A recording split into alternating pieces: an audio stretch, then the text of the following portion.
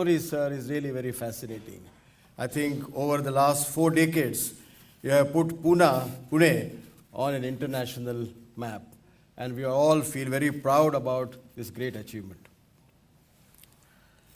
Shri Menon's presence and address on this occasion signify the priority that the policymakers in the country attach to expanding the knowledge and interest in international studies in key centers across India, away from Delhi, because for too long, much of the international studies are all centered in Delhi. For the city of Pune, which enjoys a long tradition of scholarship and excellence in educational pursuits and advance in modern industry, the establishment of an institution devoted to international studies could not have been at a more opportune time.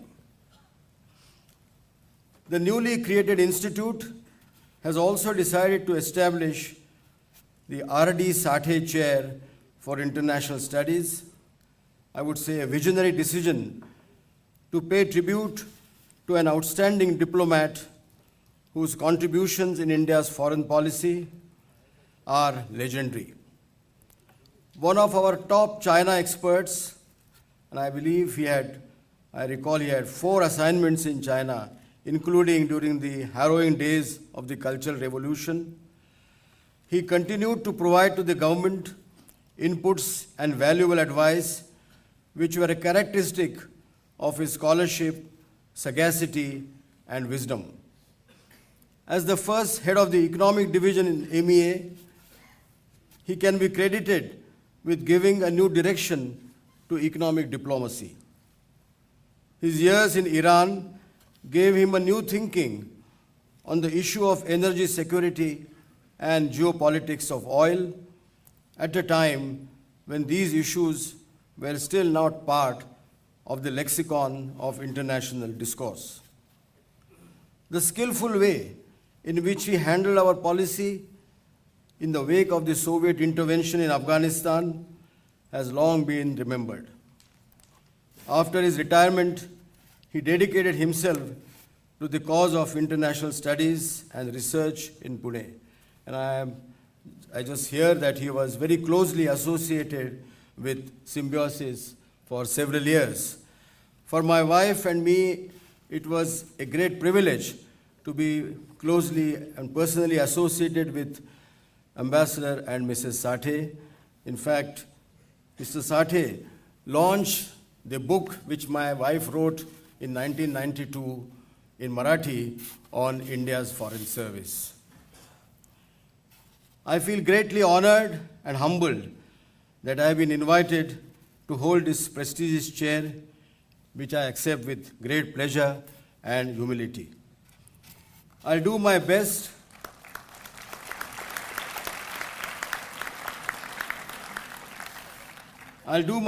to live up to the ideals and values which Ambassador Sathe worked for in his long career in the field of diplomacy. Equally, the mission of encouraging and institutionalizing international studies among the young population which he undertook would also be my main objective. After having had the experience of working in some of the well-known institutions after my retirement in the Indian Foreign Service, in the Institute of Southeast Asian Studies in Singapore, and lately in the well-known institution, the Indian Council of World Affairs, Sapru House, I would like to bring to this new institution all that I can in terms of my experience and expertise to see that this new institution grows from strength to strength. I believe that in the rapidly changing world, we are today going through a period of major transition in international relations.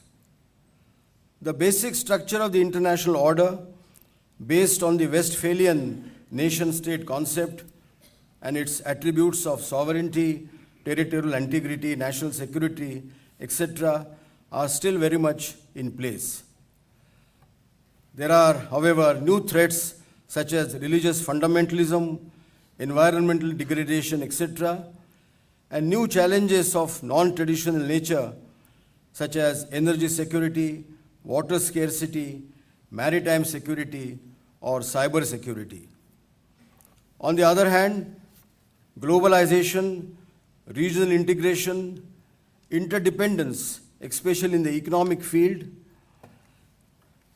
concerns for global commons such as global natural resources, climate, or energy are creating a new discourse calling for an urgent need for global governance, development, and cooperation.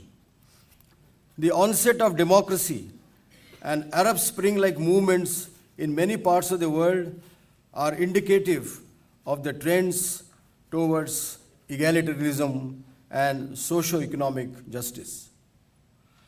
There is therefore a brave new world full of contradictions and cooperation and conflict and yet compromises. Will the transformation in international relations come about with or without violence? The world history shows that whenever there were great transitions, they were accompanied by considerable violence. In India, how can we avoid that kind of situation today? And there lies a major challenge before us in international relations.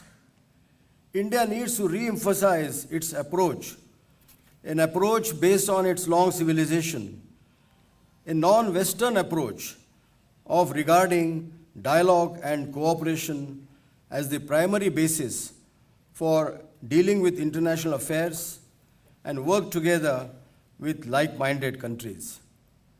India's development pattern, based as it is on freedom, rule of law, inclusiveness, and primarily Gandhian liberal values, is unique, which is in contrast to some others in the world which needs to be nurtured.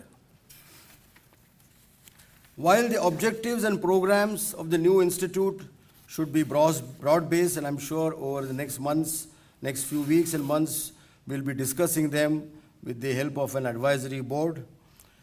While they should include the above mentioned issues which I listed earlier, the institute to start with could focus on a few priority identified areas.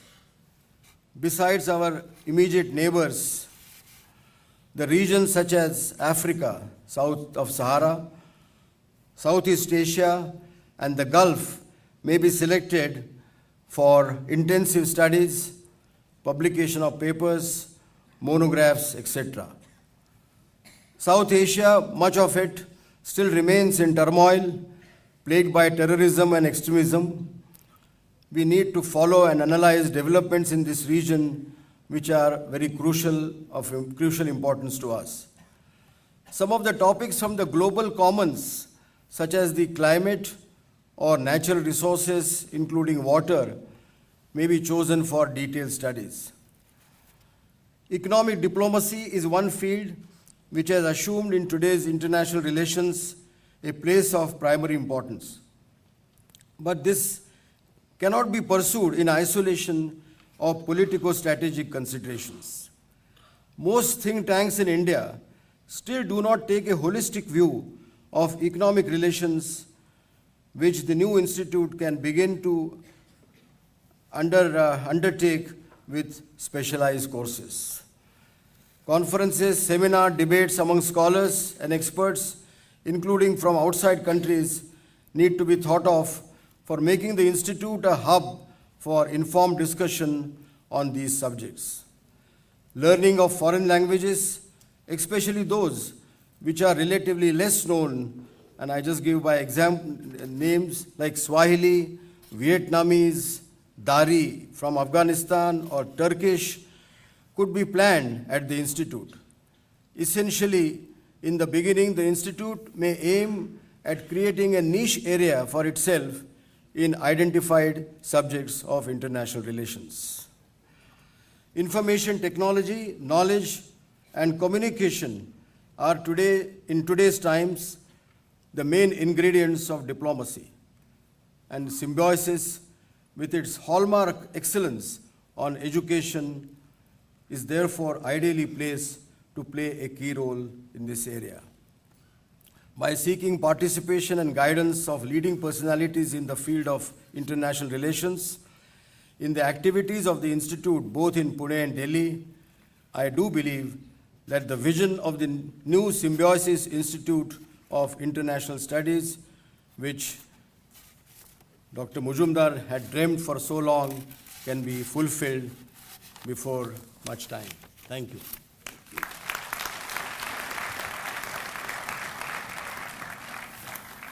Thank you, sir, for sharing your vision for this new institute. On behalf of all the students and the staff at Symbiosis, may I welcome you once again into the Symbiosis family. Dr. Dilip Padgaonkar is our R.K. Lakshman Chair Professor. He mentors students regularly here, and through that, students are gaining, faculty too, all the expertise that he's garnered from working across continents, from being a journalist of eminence, an author, a political commentator of integrity, a strong voice representing civil society, and so much more. Deeply involved with the establishment of this new institute, he will share his ideas on the future that he sees for SIIS.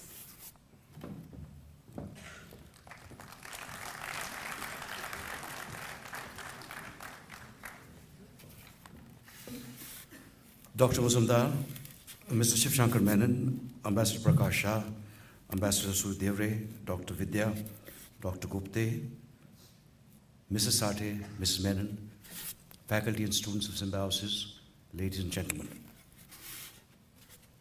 A few years ago,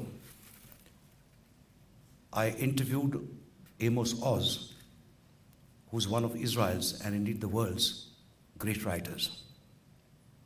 And in the course of the interview, he quoted to me a Hebrew saying. And the saying went as follows: if you want to be remembered by your children, build a mud house. If you want to be remembered by your grandchildren, build a stone house. If you want to be remembered by your great-grandchildren, build a walled city. But if you want to be remembered by generations to come, write a book.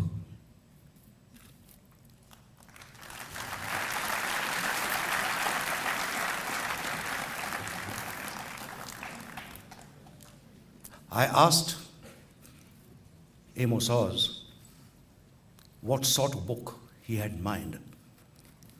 And he said, one that helps you understand a people and a nation, one that helps you understand relations between peoples and between nations, and one that makes it possible through such understanding to promote the cause of peace.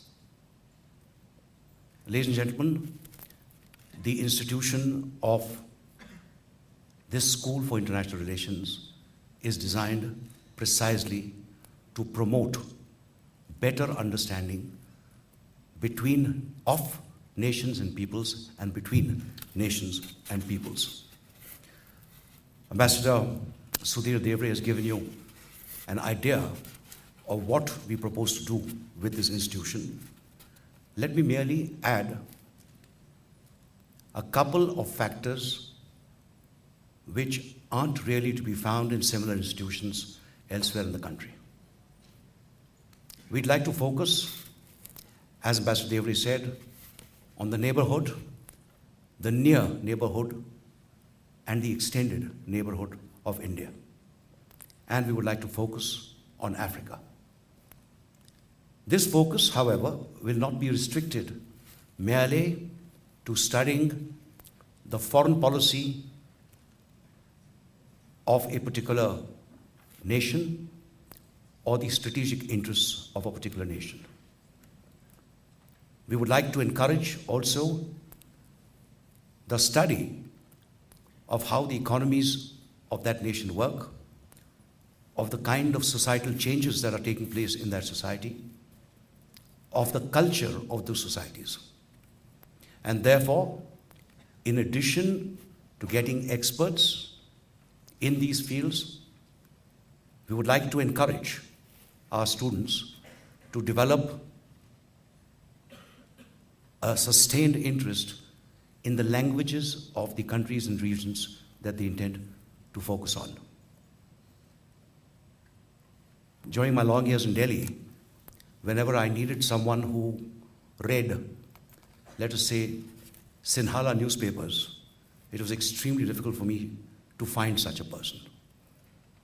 When I wanted someone who knew Dari or Pashto in order to understand what was going on in Afghanistan, I found it difficult to do so. And so it is with other countries in which we are interested: Bahasa Indonesia, Vietnamese, Swahili, and so on and so forth. So our endeavor in this institution, therefore, will be also to appreciate the cultures of the societies and the nations with whom we wish to establish close ties.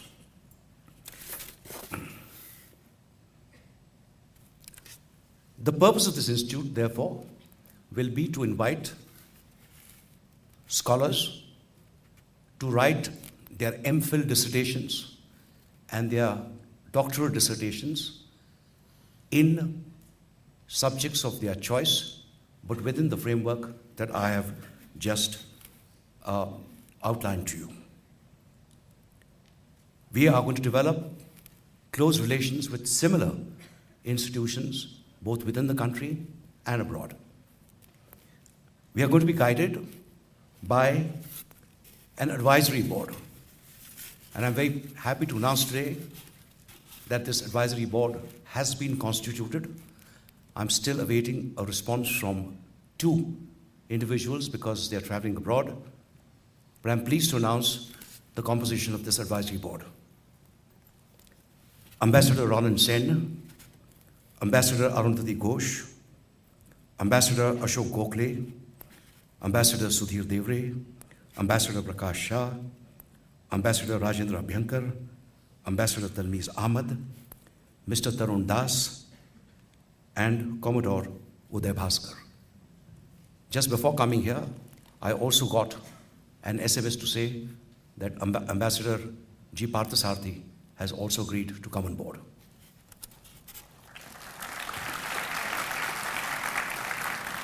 I think with such a fine advisory board,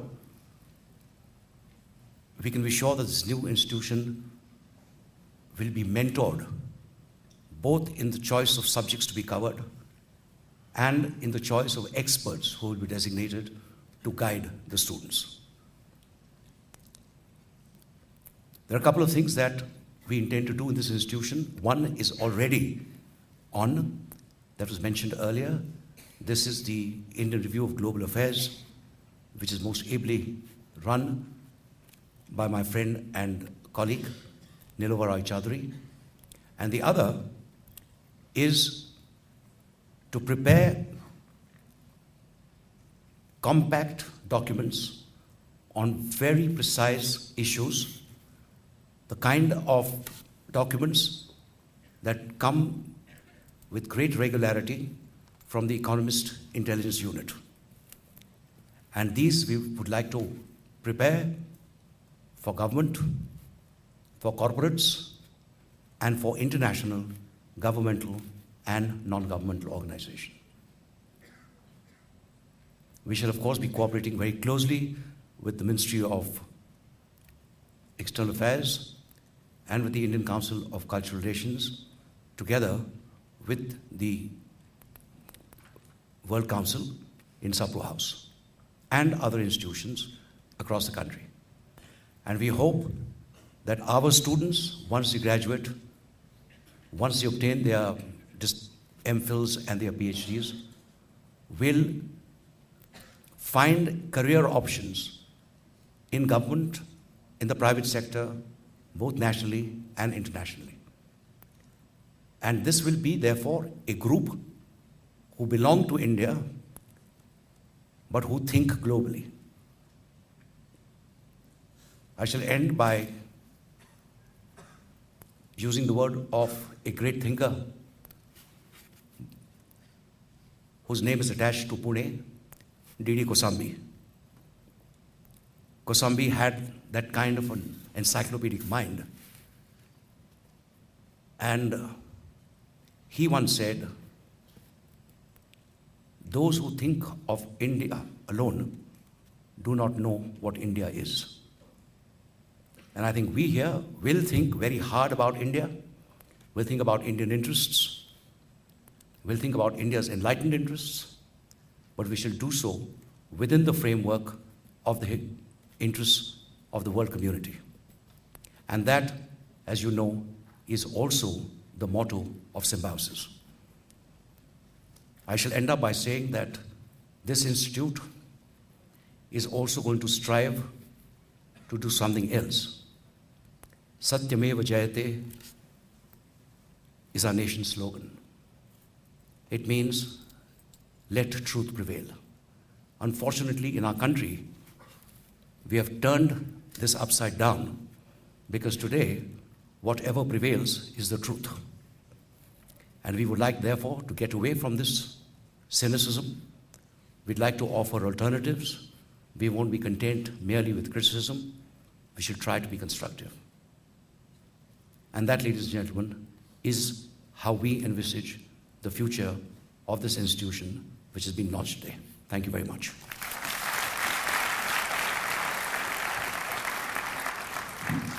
Thank you, sir. I'm sure a lot of our students are already excited, not only by the movement away from cynicism, by the wonderful brief curricula that has been outlined. Ambassador Prakash Shah is chairman of our Planning and Development Board and has an enviable CV. He has been ambassador to several countries, India's permanent representative to the UN, advisor to Prime Minister. Students will be interested to know, including Mrs. Indira Gandhi and Shri Morarji Desai, and now sits on many prestigious boards. Introducing an illustrious guest is always daunting. So I am totally relieved that Mr. Shah has kindly decided to take this critical task upon himself, and we couldn't have found someone better to introduce the chief guest today, Mr. Shah.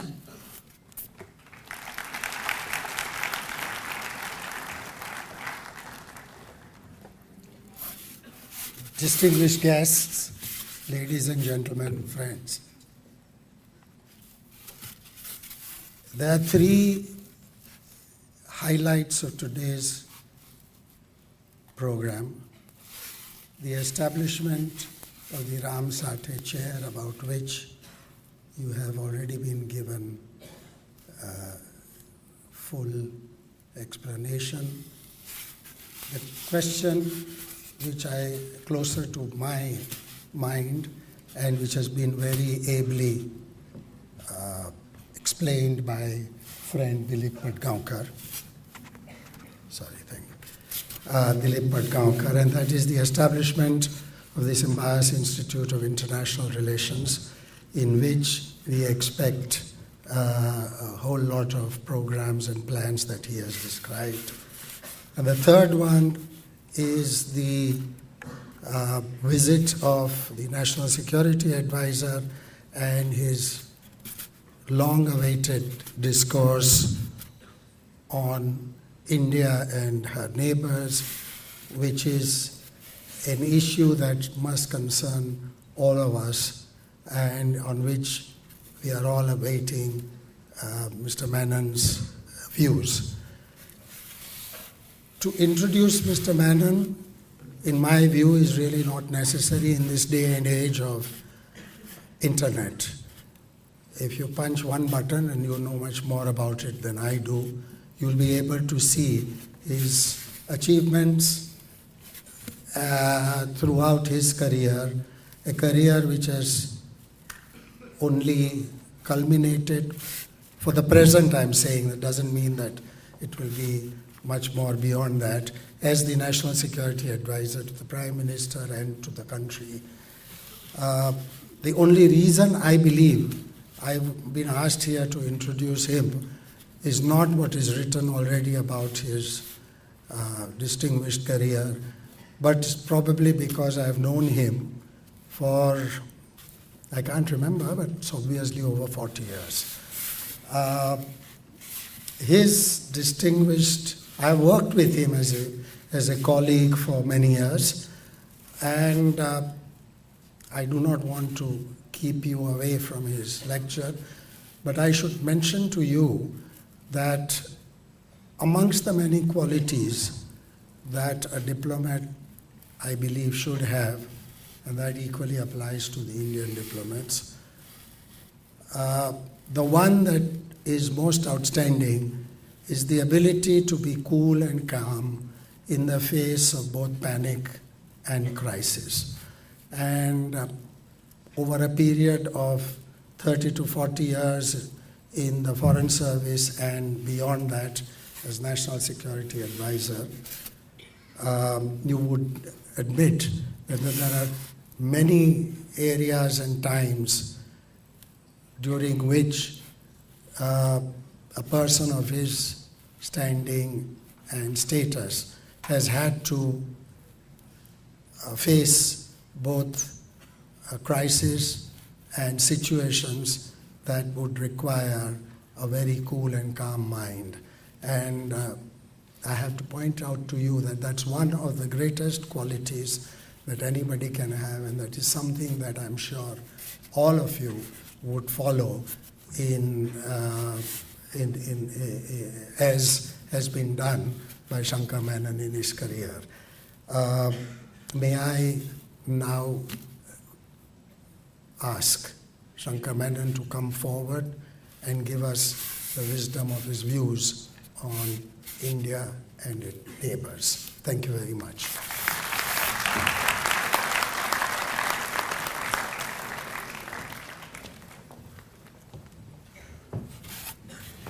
Dr. Majumdar, Dr. Vidya Yeravdekar, Shri Prakash Shah, Ambassador Devre, Shri Padgaonkar, Mrs. Sathe, Dr. Gupte, ladies and gentlemen, thank you very much for asking me to speak at the establishment of the Ram Sathe Chair in the Symbiosis Institute of International Studies. I'm very grateful to you for this opportunity because it reflects, it's one more initiative really which reflects Symbiosis' commitment to knowledge and to developing world-class expertise, not just in India but around the world, and for what you have done to build understanding, international understanding, by combining living together with education. So I'm particularly grateful to you for having taken this next logical step as you explained to us. It's also fitting that the chair should be in Pune because this is the city to which Ram Sathe chose to return after his career took him around the world. Ram Sathe was simultaneously one of the bravest and one of the most modest individuals that I've known. For a gentle individual, he had a career full of incident and adventure. He fought in World War II in the Indian Army. He closed the consulate in Kashgar in 1950 and came back to India in a caravan, actually, across some of the world's highest mountains, the Kunlun, the Karakoram.